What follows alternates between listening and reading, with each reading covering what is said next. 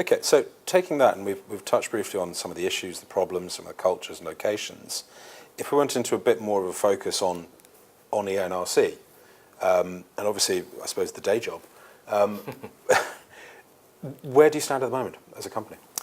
Well, a compliance program is developing at ENRC. We are 18 months into the development of a compliance program. The various seminars, conferences, etc. that I attend, it seems to me that most people feel a company of our size, it takes anywhere between 5 and 10 years to really get a compliance program up and running and where you want it to be. We're 18 months into that process at the moment. So in terms of the initial, how do you start? I mean, ENRC started, as probably most other people would start, was firstly to get somebody in who has some compliance expertise. Mm-hmm. So a global head of compliance was hired. And his first job was to undertake a kind of a, I suppose at the first instance, you undertake what you would call a triage risk assessment. You identify your greatest risks from a compliance perspective, and you go about trying to fix them. That kind of initial risk assessment leads to a whole host of recommendations.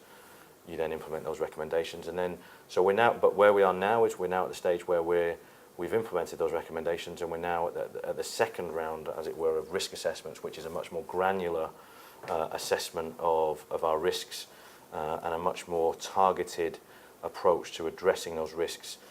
So, for instance, at the moment we have a bribery and corruption risk assessment going on, with which external experts are conducting for us around the globe, and that will give us a much more focused idea of what our risks are in each jurisdiction. So, rather than a grand kind of broad brush approach to our bribery and corruption risks, we will have a much more granular, business by business, location by location, country by country analysis of where our risks lie, and then that will allow us to, and our compliance personnel around the globe to and also, in tandem with our risk colleagues and our legal colleagues, to have much more targeted training, to have much more targeted policies and procedures and control measures in place to address the risks as they're identified at each business, in each country, and at each location. Yep. And you've touched on training. Obviously, if we think back to the map and where you operate in a pretty broad range of countries. Yep. Within that broad range of countries, you're going to have a very broad range of languages, mm-hmm. I'd imagine.